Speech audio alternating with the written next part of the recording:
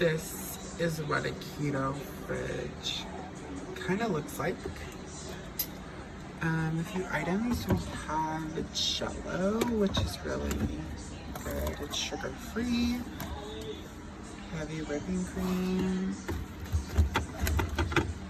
Also, olive oil mayo. This one's the best because it doesn't have sugar. And also, when you look on the back, there is only 1 gram of carbs, which is really good. And chicken. And maybe the cauliflower. This is just a meal prep.